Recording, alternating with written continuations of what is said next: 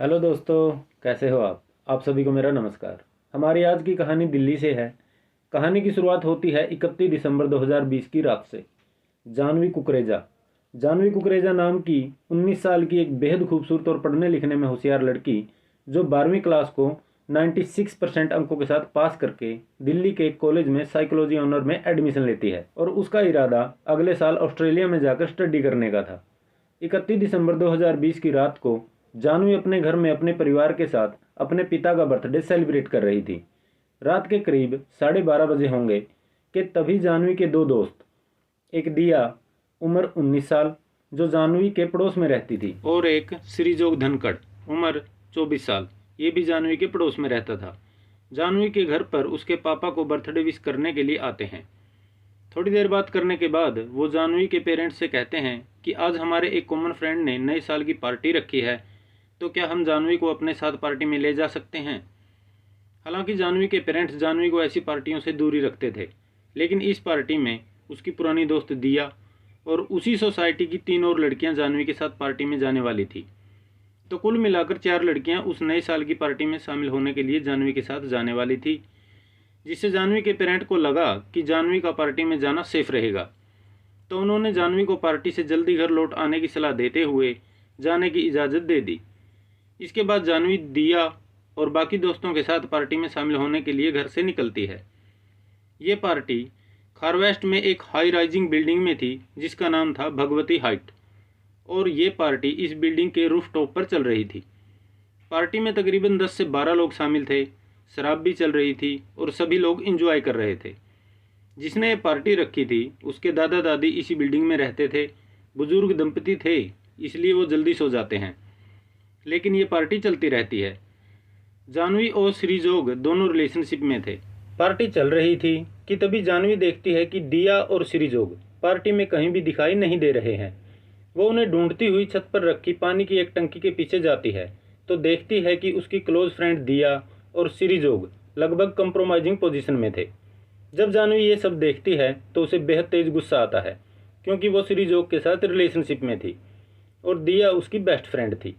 जानवी वहीं पर पार्टी में शामिल सभी लोगों के सामने उन दोनों के साथ लड़ने लगती है और पार्टी से जाने के लिए सीढ़ियों से नीचे उतरना शुरू करती है। लेकिन तभी दिया और श्रीजोग वहीं सीढ़ियों पर उसके साथ मारपीट करना शुरू कर देते हैं और जानवी को बालों से पकड़कर उसके सिर को सीढ़ियों की जो रेलिंग होती है उसके ऊपर जोर से मारते हैं, जिससे जानवी का सिर फूट जाता है और उसका खून बहने लगता है।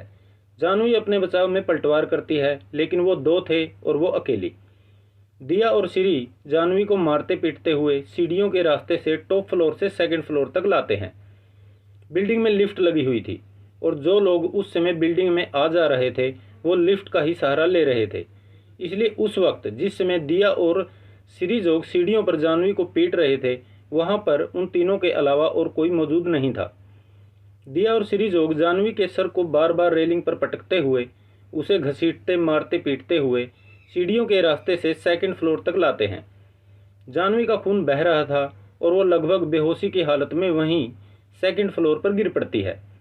दिया और श्री ये सोचकर कि कुछ देर बाद ये अपने आप उठकर अपने घर चली जाएगी, वापस पार्टी में शामिल होने के लिए आते हैं, जबकि उन्हें तो ये भी नहीं मालूम था कि वो बेहोश है, जिंदा है या मुर्दा। इस पार्टी में कुछ लोग ऐसे भी थे जिन्होंने जानवी को और उसके पीछे श्रीजोग और दिया को जाते भी देखा था और वापस दिया और श्रीजोग को आते भी देखा था। उन दोनों को थोड़ी बहुत चोटें आई थी, इसलिए वो जल्दी ही अपना इलाज करवाने के लिए पार्टी से निकल जाते हैं। जानवी का बहुत सारा खून बह चुका था और वो सरकती हुई ग्राउंड फ्लोर तक आती है। अब तकरीबन सुबह के 5 बज चुके थे। तो इसी बिल्डिंग में रहने वाली एक औरत अपने कुत्ते के साथ मॉर्निंग वॉक के लिए निकलती है। जब उसकी नज़र जानवी पर पड़ती है तो वो तुरंत पुलिस को फ़ोन करती है। जब पुलिस आती है तो पहली नज़र में पुलिस को यही लगता है कि शायद ये लड़की सीढ़ियों से फिसल कर गिरी है और ये एक एक्सीडेंटल केस है। पुलिस जानवी को उठाकर पास के सरकारी हॉस्पिटल में ले जाती है, जहाँ पर डॉक्टर जानवी की नब्ज को टटोलते हैं और चेक करने के बाद पुलिस को बताते हैं कि इसकी मौत हॉस्पिटल में लाने से पहले हो चुकी थी। पुलिस अब मौका वारदात की जगह पर वापस उसी बिल्डिंग में जाती है। जब पुलिस वहां पर पूछताछ शुरू करती है तो उन्हें पता चलता है कि रात को इस बिल्डिंग के रूफ टॉप पर नए साल के जश्न में पार्टी चल रही थी। पुलिस लिफ्ट के सहारे से ऊपर जाती है, लेकिन जब सीढ़ियों के सहारे से वापस नीचे की तरफ आती है तो वो देखती है कि एक जगह से लेकर सेकंड फ्लोर और ग्राउंड फ्लोर तक खून के निशान हैं। खासकर सेकंड फ्लोर पर खून के निशान कुछ ज़्यादा ही थे। अब वहाँ पर पुलिस को अपना नज़रिया बदलना पड़ता है और वो सोचते हैं कि ये एक्सीडेंटल केस न होकर एक मर्डर केस है। उधर दूसरी साइड जब जानवी सुबह तक अपने घर वापस नहीं आती तो उसके पापा उसे कॉल करते हैं और बार बार कॉल करते हैं, लेकिन जब जानवी की तरफ से कोई जवाब नहीं आता तो वो परेशान हो जाते हैं। थोड़ी देर बाद जानवी के पापा के पास दिया के पिता का फ़ोन आता है और वो उन्हें कहते हैं कि जानवी और दिया दोनों को चोट लगी है और वो दोनों हॉस्पिटल में एडमिट हैं। चलो चलकर देखते हैं कि आखिर बात क्या है। दोनों वहाँ से बदहवास हॉस्पिटल की तरफ भागते हैं और देखते हैं कि दिया को तो मामूली चोटें आई थी, लेकिन जानवी अब इस दुनिया में नहीं है। पुलिस उस रात पार्टी में मौजूद लोगों से पूछताछ करती है तो उन्हें पता चलता है कि जानवी ने दिया और श्री को कंप्रोमाइज की स्थिति में रंगे हाथों पकड़ लिया था। जानवी और श्री के बीच शायद कुछ था जिसे लेकर इन दोनों के बीच झगड़ा शुरू हुआ और उन्होंने ये भी बताया कि हमने तीनों को सीढ़ियों की तरफ जाते हुए देखा था, लेकिन वापस सिर्फ दिया और श्री ही आए थे। अब पुलिस श्री को बुलाती है। पुलिस जब देखती है कि दिया और श्री दोनों के शरीर पर चोट के निशान मौजूद हैं और उनके कपड़े भी फटे हुए हैं, तो उन्हें भी यकीन हो जाता है कि कुछ न कुछ तो गड़बड़ ज़रूर है। जब पुलिस दोनों से सख्ती से पूछताछ करती है तो ये दोनों अपना जुर्म कबूल कर लेते हैं और ये कहानी निकलकर सामने आती है। जानवी को बहुत बुरी तरह से मारा गया, उसे पीटा गया, उसे बालों से पकड़कर घसीटा गया और बार बार उसके सिर को रेलिंग पर पटका गया और शायद खून के ज़्यादा बह जाने के कारण जानवी की मौत हो गई। अब पुलिस दोनों के खिलाफ 302 का केस बनाती है और जिसने पार्टी रखी थी उसके खिलाफ भी केस बनाती है, क्योंकि लॉकडाउन का समय था और ऐसी पार्टियों पर सरकार ने रोक लगा रखी थी।